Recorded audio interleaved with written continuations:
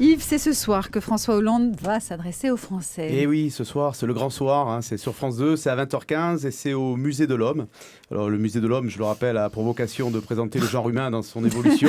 Hein, en remontant très très très loin dans le temps, on peut y croiser le Néandertal, l'Homo sapiens, le Cro-Magnon et même le socialiste. Hein, si on cherche bien quand même. Hein. Il en reste quelques-uns.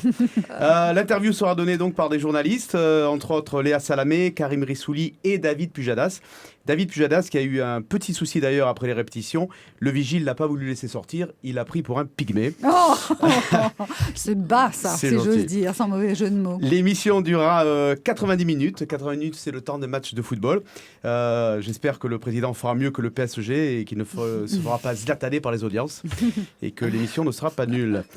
Il finira cette émission donc en répondant aux questions de 4 personnes. 4, c'est le nombre donc choisi par la chaîne, mais c'est aussi et surtout le nombre de Français qui se disent prêts à voter pour François Hollande en 2017.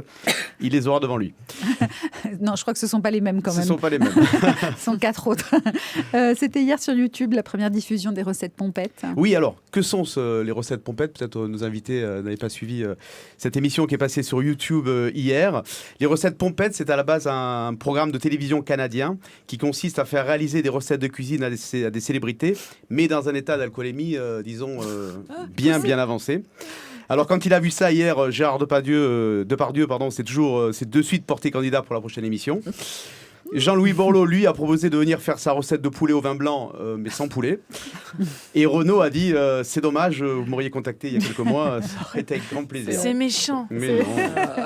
Et c'est Stéphane Bern qui s'est collé au premier numéro. Oui, Stéphane Bern, il y est allé franco, hein, le Stéphane. Il a pris des risques quand même, puisque lui qui ne boit jamais, il est venu à l'émission à jeun, hein, c'était osé.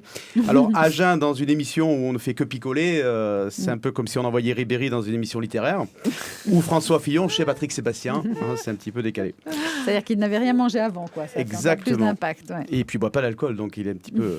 Alors le ministère qui estimait que c'était une incitation à la consommation d'alcool a tenté d'interdire la diffusion des recettes pompettes, mais sans succès. Et puis bon, quand on a une ministre de la Santé qui s'appelle Touraine, on la ramène pas trop, hein, surtout que elle, c'est pas toujours un grand cru, hein, dans ses décisions. Voilà. Alors les émissions culinaires, pour terminer, ça a toujours existé. Hein. Souvenez-vous, Maïté, à l'époque, elle était toujours un petit peu... Hein, parce que pour donner 18 coups de rouleau à pâtisserie sur la tête d'une anguille, fallait pas être à jeun. Un peu bourré, oui. Merci Yves Pujol et à demain pour de nouvelles actus.